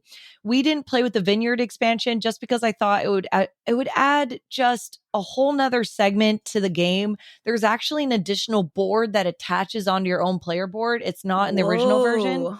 And it adds a so you know how you have a single hex. Well, with the Vineyard expansion, there's a stand-up plastic tray where you can stand grapevines. And they're 2 hexes that are together. They're not separated. Wow, that sounds cool. And then you're taking those tiles and you're building your own vineyard. And when you cover up a hex, it unlocks something. Super cool. Yeah. Okay, I gotta try it like that next time. Mm-hmm. There's also we play your copy, and I think it comes with the original or anniversary edition, but there's also like a train. I can't remember what it's called. I think it's like a train track. But instead of selling your goods, those little square goods tiles. Yeah. Instead of selling them and just flipping them over and just leaving them in a stack, you can actually deliver them on the train, and you have to go from left to right. And whenever you deliver them onto a train, it unlocks a special bonus thing that you get to do. So Fun. I like that expansion. It adds an additional element, but it's not a huge learning curve. That's cool. And I love that, like, when you have a game like this, that's one of your favorite games, and you get that, like, pimped out big box version that has all that stuff, that, you do have you can just play the base game if you want. But every once in a while, you can break out one or the expansions or multiple, and it just has like it's gonna be in your collection forever, Bonds. Yep. And you'll get so much out of it. Yes, exactly. And I love the way that Awakened Realms redid it. I was really happy about it. I was nervous because the anniversary edition was not good to me. And the last thing is for the box, I tossed the top layer of the insert and I recycled the cardboard because I have the neoprene playmat upgrade, and I rolled it up and put it diagonally on the top space. I got cool token bags. Nice. Oh, yeah. Yes. And then also some little plastic containers so I could redo the top components of the top of the box. The rest of the inserts are still in there, but I did toss the first insert. I fit everything, including the neoprene playmat. There is no issues. The only thing that's outside the box is the miniatures that you can replace the tiles. So, not to give you more content to create, but have you made a video on like showing off your little modded insert? I have not, but I started a YouTube series on how to rebox a game. Oh, okay. Yeah, I've already started doing it last year, and then I haven't done anything this year because Christmas got really busy. So I haven't done anything a really long time, but that is on my list of YouTube video. Yeah, because that kind of stuff is super helpful. I feel like there's so many games where even Vagrantsong, I was like, what is the proper way? Like the insert is nice. And I'm like, I think it's functional, but I don't know exactly what to put where. Like some of the tokens is like, okay, this is the size for these tokens. But other stuff, I was like, I don't know. I don't know. Yeah. But yeah, so it's helpful. And I'm appreciative to everybody who ever like either makes a video showing how to like pack stuff up or takes a photo of the insert. Keep posting those on BGG for me, please. Thank you. That's awesome. That's awesome. Castles of Burgundy special edition. And it's funny that we were just talking about your or reboxing and modding your inserts and everything like that, because I just did something very similar. For the last game I'll mention is Guards of Atlantis II. And this is a team-based MOBA style competitive game. And I don't know if you know what MOBA stands for. Is it like multiplayer online battle arena? Wow. Yeah. Maybe I just nailed good job. I guess just because, like, I don't know. Because I've been playing this game. My friend Jordan had it. So there's a Guards of Atlantis, and then in 2022 there was Guards of Atlantis 2, which I believe was crowdfunded. And then after that, it got a little bit of buzz. So then there was a second printing of Guards of Atlantis 2. And because I had played it at that point with my friend Jordan, who had a copy earlier and just like loved it, I backed it. And it just delivered a couple weeks ago. And this game has been on my mind ever since I got it. It's designed by Artyom Nichaparov. I'm sorry, Artie. I have to figure out how to pronounce your name, but great work though. So it originally came out in 2022 and it's published by Wolf Designer or Designa. I don't know how that's pronounced either. But are you going to try to name the 6 artists who also did the art in the game? No. Please no. But again, this is a team game and has all of these asymmetric heroes. Like I think in the base game it comes with 7, and with the Kickstarter I ended up like getting all of the expansions because like there are like, I don't know, 7 expansions that have about 5 heroes. And even though some of them, like there's a complexity rating on them and the game has a complexity in itself. It's one of these games that the rules are not hard, but the strategy is. And so I feel like I'm going to be playing the like level 1 complexities for at least like another 4 games. And then maybe I'll try a level 2 because they get trickier, but they get really cool though. Like they're all really cool, very unique. They have stats on movement, attack, defense. You know, some people are stronger on this, stronger on that. But the thing that's awesome about this game is, number 1, there's no luck. Aside from the fact that you toss the tiebreaker coin at the beginning of the game, there's no luck. Everybody's going to have their hero, and you will have 5 cards that you start the game with. And there are 5 colors of cards. Like, you know, red is an attack card. You have a gold and silver that are never upgraded, but then you have red, blue, and green, which you will upgrade throughout the game as you kill your opponent's minions and get coins and also attack their heroes, knock them out, get some money, and then you're like leveling up. But when you play, you're only ever playing with 5 cards. Wow. Like, so even when you level up, you're swapping. And that's pretty cool too. But the whole thing is you talk to your teammate. All of the talking is public. Like you cannot whisper or anything like that. So anything you're planning, your opponents are likely listening and vice versa.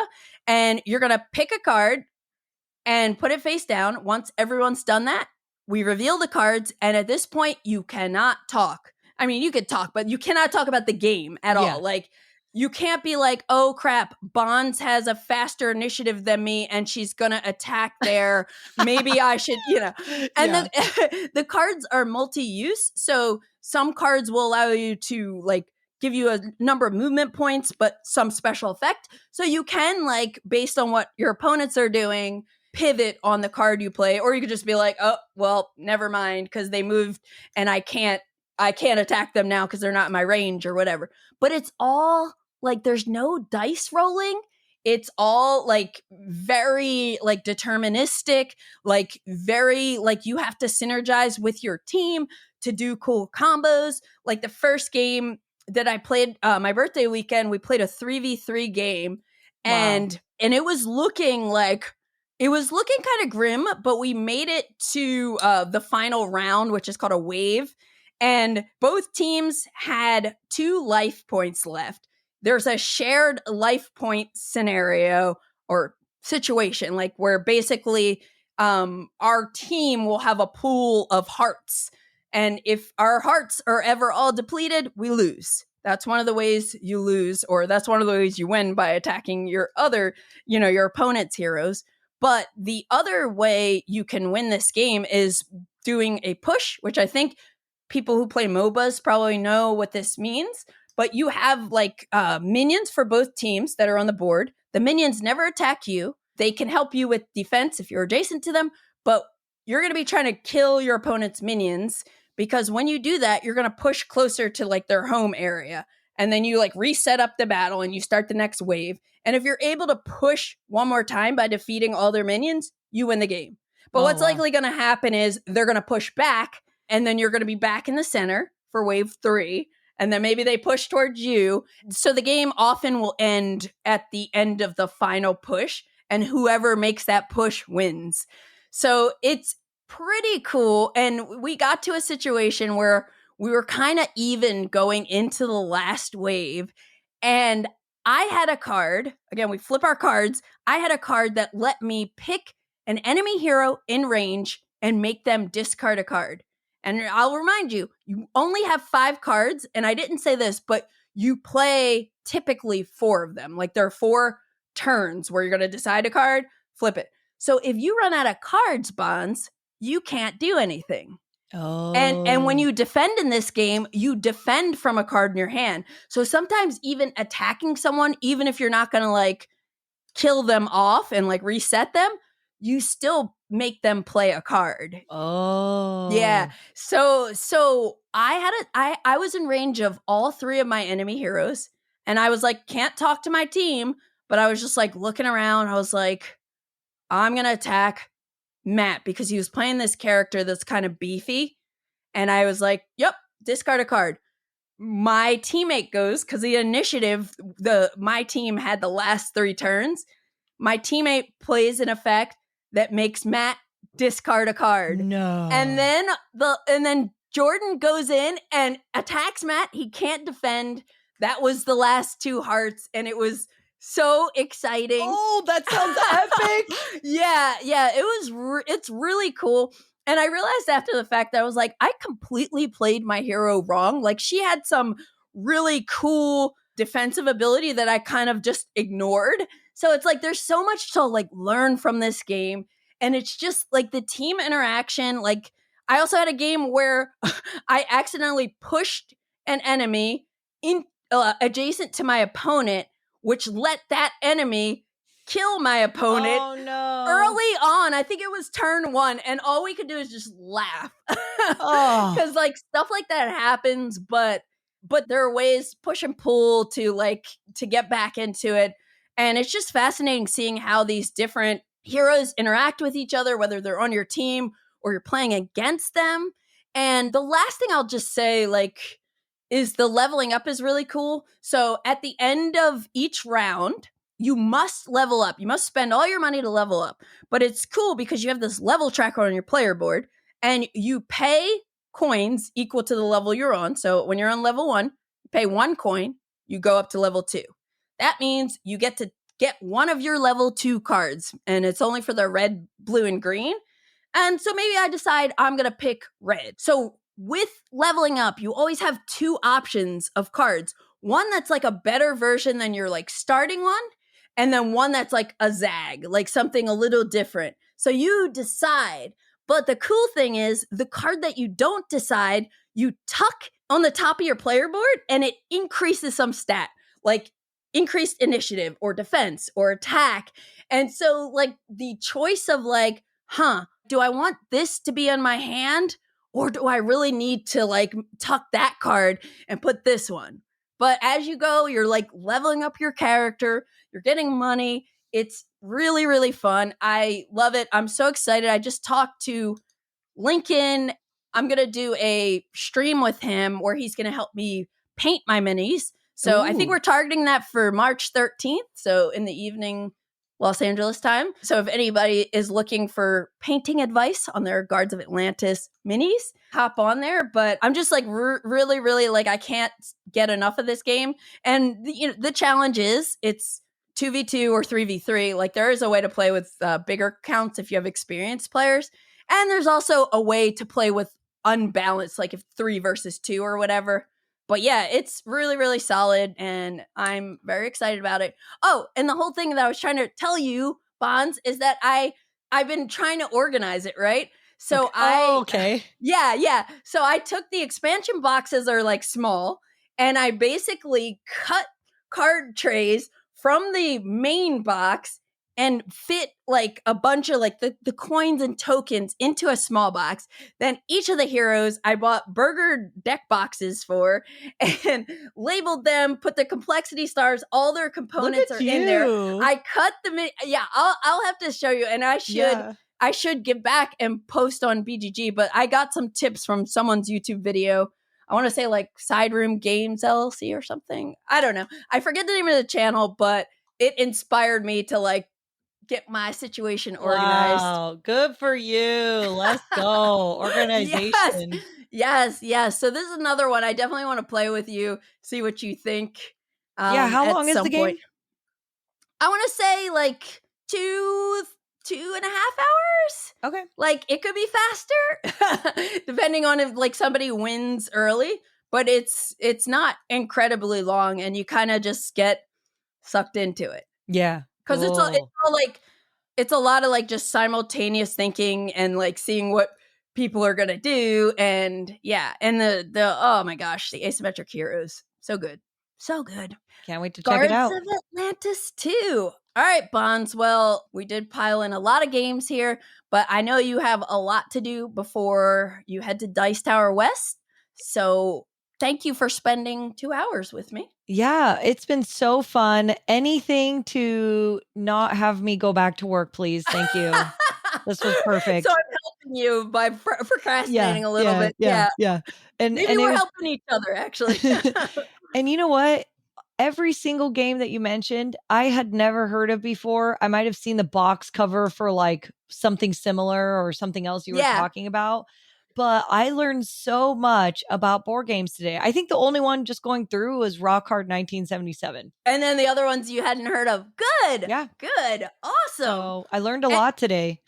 And I think I didn't know about your Holiday Hills game, but like even some of the other ones like I'd heard of, but I didn't know how they worked and stuff. So very cool. Very cool. Well, thank you so much for spending this time with me. Thank you for having me. You've been listening to the Board Game Geek podcast, produced and edited by Candace Harris. Special thanks to Matt Fonda for editing and mixing our music. Be sure to visit us on the web at BoardGameGeek.com. You can also find us on YouTube, Twitter, Blue Sky, Instagram, Facebook, TikTok, and Twitch under Board Game Geek. You can reach us by email at podcast@BoardGameGeek.com. Thanks for listening and happy gaming!